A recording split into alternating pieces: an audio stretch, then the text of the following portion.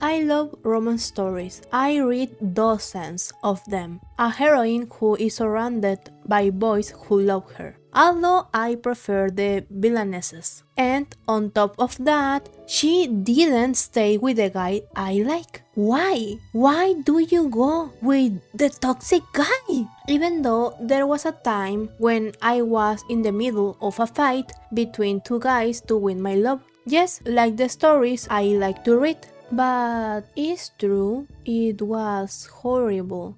It all started around sophomore or junior high school. I still had a phobia of people at that time and hated being around them. Maybe it was because of my disinterest that I couldn't distinguish people's faces. I only survived interacting by acting normal. It was at recess that the only girls I talked to asked me about the cute green-eyed boy who had joined my group 2 weeks ago. I could only ask, which green-eyed boy? They couldn't understand how I hadn't noticed this beauty who had joined my class. So when I had to go into class again, I started looking for someone with green eyes. I looked at him, but I didn't see anything special. Just that his eyes were a different color. Does it matter? The next day, I just told them that I didn't understand what they saw in him. It looked like I insulted their favorite singer. I don't see the point of getting that way about someone. The guy would come up to me and ask me for help with his work like everyone else. It seems like he had already talked to me and I didn't even realize it. Although I only spoke just enough to help people, otherwise I would fall apart. Time went by and everything went on as usual. But some things changed. First of all, I lost a lot of weight, about 20 kilos. And secondly, after months of observing people from afar, I began to distinguish the differences between their faces. To be able to recognize them was a big change. Also, I could improve my social phobia. This guy with green eyes was very annoying and scandalous, coming to my table for no reason. Cynthia, Cynthia! He annoyed me a lot.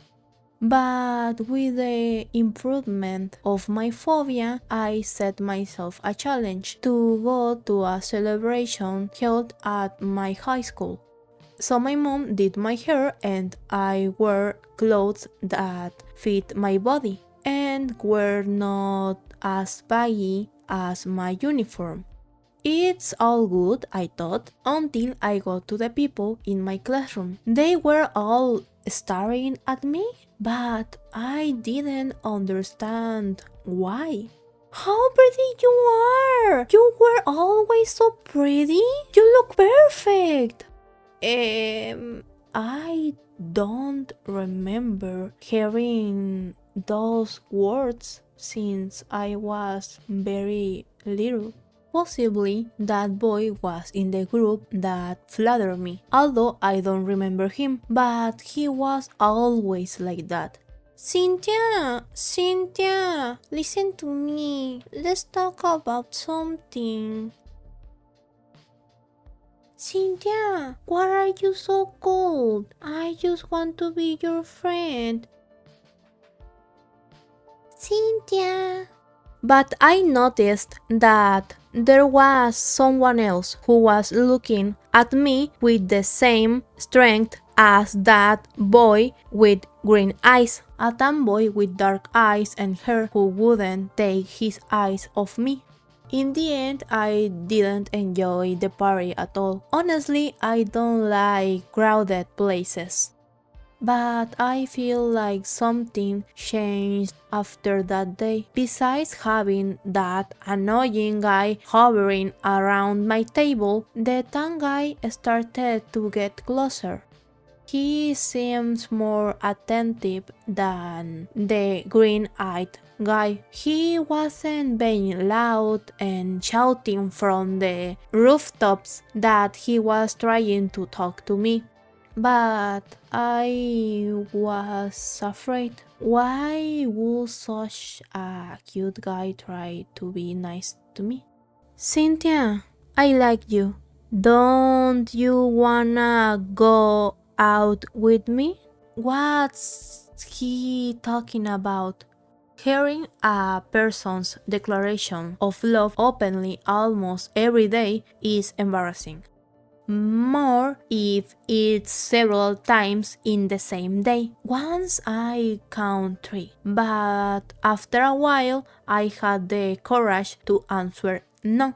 Where always after being rejected he would go to complain to the girls in my classroom, but it didn't make me feel bad at all. Because he didn't really love me. He was a womanizer that while he kept declaring his love for me, he changed girlfriends every week or every month. Just as I lost of how many times he proposed to me, I lost count of how many girlfriends he had. After we continue with our usual routine, something changed. The girls approached me to complain why I was so cold, that if I knew how many people were after that guy, for me to turn him down. That's when I realized this guy was using the social pressure to claim me as if I was a trophy or a prize. He never really tried to ask me what I really like or talk nice to me. He was just shouting from the rooftops about me and how much he loved me. That's when my fear that I had because of my phobia changed to disgust. If he doesn't accept my no, then I will make him live on his own. So I started to be the worst with him. Look at him with contempt. Answer him rudely. Do the most unpleasant things I could think of. Honestly, there were so many that I don't remember anymore. Once he asked me to be his girlfriend and I rejected him as usual. He went to cry to the other girls, saying, "Ay, ay, ay, she friends on me. Cynthia friends on me." To which I just reply, "No, I didn't friends on you. In order to do that, you need to be my friend. But I don't consider you, nor will ever consider you even a friend. That's why I can't friendzone someone who is nothing to me." If I'm honest, I think I was more cruel than that, but I can't remember the exact words because it was a long time ago. I just remember that I felt so bad that I wanted to cry. But no matter how bad I treat him, he never gave up and kept on talking to me about love. That's when I ask myself, is this guy, is he right in the head? Is he a masochist? But he never got tired of it and kept on going until the day of our graduation. The other guy, well, he would approach me when the other guy wasn't bothering me. He would ask me about the guys and videos I saw of Korean dancing groups, their names and what they were like and so on. I was confused because he didn't gain anything by doing it. Plus, the next days he remembered what I had told him. I was afraid, but he wasn't so nasty.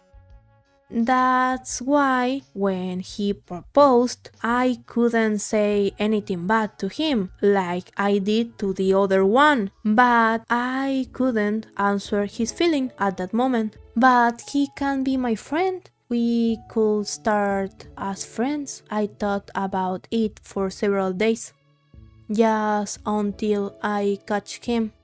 He also changed girlfriends all the time. He was like the guy with the green eyes. He was talking about love while he was with another one and another one. I thought we could be even friends, but I realized that it could not be like that. So I just ignored what he said. Ignore his presence. They already said that my heart was as cold as ice.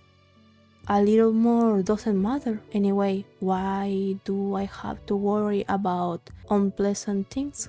The two of them kept talking about false love until the day I didn't see them again. I wasn't around, so I was calmer. I even met one again. He acted as if we were high school friends, people close enough to talk to each other with affection, as if I hadn't suffered a lot for him, as if he wasn't the one who put social pressure on me, affecting my phobia even more. After that, there was only one viable option left for me: to move away carefully and run without looking back, praying that I would never meet them again. Luckily, I never saw him again in my life.